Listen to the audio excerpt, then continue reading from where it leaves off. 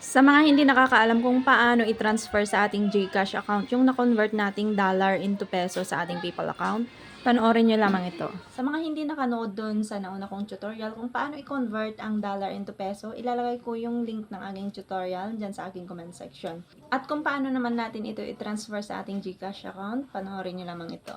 Dito po sa inyong Google, kailangan i-link muna ang inyong PayPal account. So para ma-link nyo po yan, pumunta po kayo dito sa profile nyo. Dito po sa My Link Accounts, pindutin nyo po yan. Ngayon, pindutin nyo po itong PayPal. Dahil nakalink po sa akin, proceed po ang nakalagay dyan. Kapag kayo hindi pa nakalink ang inyong PayPal, ay link po yung lalabas po dito. And then after nyo pong mailink, pumunta po tayo dito sa home. Then, pindutin po natin itong cash in. So, i-transfer na po natin yung laman ng PayPal natin dito sa GCash natin dahil na-link na po natin siya.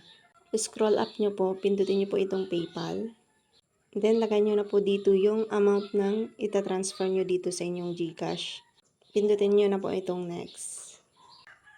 Pindutin na po ang proceed. And pindutin na po ang okay. So, makikita nyo na po yan doon sa balance ng inyong GCash. Yun lang, follow and share for more tips and tutorials.